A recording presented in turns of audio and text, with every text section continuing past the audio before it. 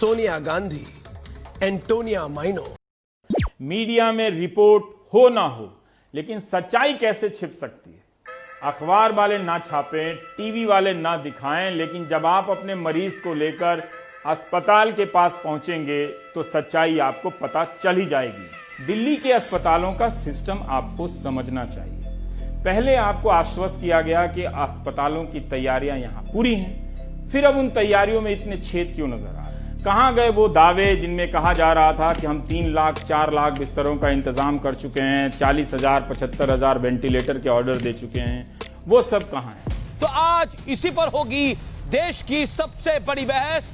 चीन पर मोदी को घेरा, अपनों ने मुंह फेरा। आज का आर पार, team BJP versus team Congress. Ahmedabad में क्या हुआ? वहां की सरकार ने जिन प्राइवेट अस्पतालों की लिस्ट बनाई, उसमें बड़े प्राइवेट अस्पतालों को छोड़ दिया। और आज का सबसे बड़ा सवाल, भारत से कब तक लड़ेगा टिड्डीबाज पाकिस्तान? ये सवाल सिर्फ मैं नहीं, मेरे साथ पूछता है सारा भारत।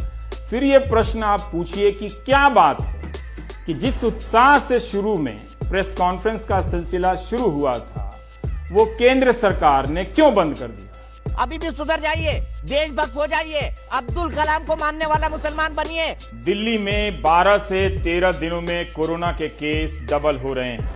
31 जुलाई तक 5.5 लाख केस हो जाएंगे। आज इसी पर होगी देश की सबसे बड़ी बहस। तैयारी गुल, सियासत फुल, क्योंकि कोरोना रोकने से रुक नहीं रहा है, ये कहने में मुझे कोई गुरेज नहीं है। अब इसके अलावा जो डॉक्टर लोग पढ़ते हैं, सोचिए उनकी क्या हालत है। MBBS पढ़ने के बाद आपको पोस्ट ग्रेजुएशन के लिए इम्तिहान देना पड़ता है, मगर इनकी परीक्षा 11 जून को एम्स ने रख दी और इनमें से बहुत से लोग संक्रमित हैं, बहुत से लोग ड्यूटी पर हैं। क्या एम्स को इस वक्त परीक्षा लेनी चाहिए थी? सवाल आज पूछता है भारत, क्या टुकड़े गैंग से ध्यान भटकाने के लिए दंगों से पहले शाहीन बाग में प्रदर्शन वाला नाटक किया गया? 30 साल की नीलम कुमारी गौतम एम्बुलेंस में ही दम तोड़ गई। गर्भवती थीं तो इनके साथ गर्भ में जो बच्चा था वो भी मर गया। 13 घंटे तक घूमते रहे, मगर किसी अस्पताल ने भर्ती नहीं किया। नोएडा में ये पहला मामला नहीं है। इन प्रश्नों से ध्यान भटकाने के लिए दिन प्रतिदिन किस किस तरह के मुद्दे लाए जा रहे हैं? क्यों नारे लगने लगे हैं, भारत तेरे टुकड़े होंगे इंशाअल्लाह इंशाअल्लाह, कि भारत तेरे टुकड़े होंगे इंशाअल्लाह इंशाअल्लाह। देखिए, यहाँ पर मैं आपको रोककर समझाना चाहता हूँ। फोटो दिया जाता है कि एक स्टेडियम है जिस पर बिस्तर लगे हुए हैं, लेकिन क्लोजअप में यह नहीं दिखाया जाता है कि उस बिस्तर के बगल में ऑक्सीजन की पाइप है कि नहीं है। वेंटिलेटर तो छोड़ दीजिए, ऐसा इंतजाम तो हम गाँव में बारात आने के 4 घंटे पहले स्कूल में कर लिया करते थे, झाड़ू लगाकर, खटिया पर गद्दा और चादर बिछाकर।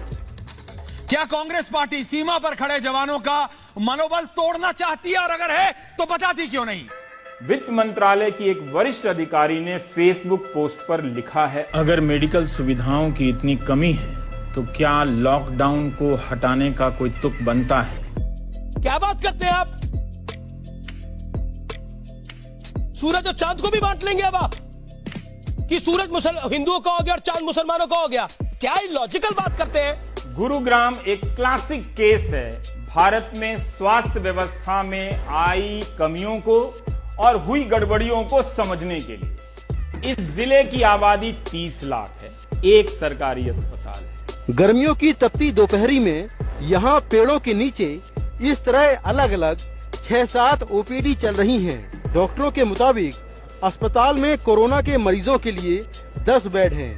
तो देश की राजधानी दिल्ली से मात्र 100 किलोमीटर दूर, जहां पर बड़े बड़े राजनीतिक दल सेक्युलरिज्म की कसमें खाते हैं, वहां पर हिंदू अब अल्पसंख्यक बन गए हैं। क्यों हैदराबाद के एक ही अस्पताल में कोविड के मरीजों के इलाज की व्यवस्था की गई? इस यूनिट में 120 डॉक्टर हैं, इनमें से 40 पोस्ट ग्रेजुएट की परीक्षा देने चले गए हैं। बाकी बचे 80 तो आधे क्वारंटीन पर होते हैं और 40 डॉक्टरों को 3 शिफ्ट में काम करना पड़ता है। जाहिर है दबाव बढ़ेगा। न्यूज नेशन ने कल खुलासा किया था कि 70 साल से कैसे हिंदुओं के खिलाफ सबसे बड़ी साजिश चलाई जा रही थी। दिल्ली की नाक के नीचे कैसे जमातियों ने मिनी पाकिस्तान बना डाला है। तो 2000 से ज्यादा डॉक्टर्स, नर्सेज और दूसरे हेल्थ वर्कर्स हैं जिनको पिछले 3 से 4 महीने से सैलरी ही नहीं मिली है। आखिर कैसे कोई 3 या 4 महीने से बिना सैलरी के काम चलाएगा? संतों की हत्या को पूरा देश षड्यंत्र मान रहा है, तब सोनिया सेना इसे अफवाह क्यों साबित कर रही है? ये सवाल भी सिर्फ मैं नहीं, सिर्फ आप नहीं, पूछता है भारत। लेकिन मुंबई की चिंता सबसे बड़ी ये बस्तियां और झुग्गियां हैं। शहर की करीब 65% आबादी यहाँ रहती है। जमीनी स्तर पर काम करने वाले कई वरिष्ठ डॉक्टर मानते हैं कि बस्तियों में सामुदायिक प्रसार यानी कि कम्युनिटी स्प्रेड हो चुका है। बीमारी बिल्डिंगों से बस्तियों तक पहुंची और करीब 70% मामले ऐसे स्लम से सामने आए। तो आज इसी पर होगी देश की सबसे बड़ी बहस। अब सैनिटाइजर भी एंटी इस्लाम हो गया, सोचिए जरा।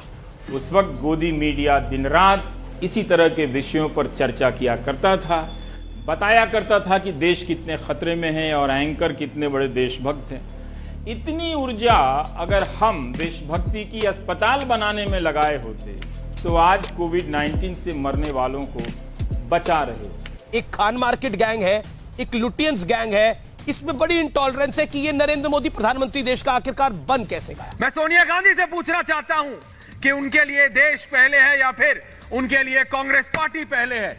आपकी राष्ट्रभक्ति पे तो आपको 26 जनवरी को हाथी पर बिठा के घुमाना चाहिए। बहादुर बच्चों को घुमाते हैं ना।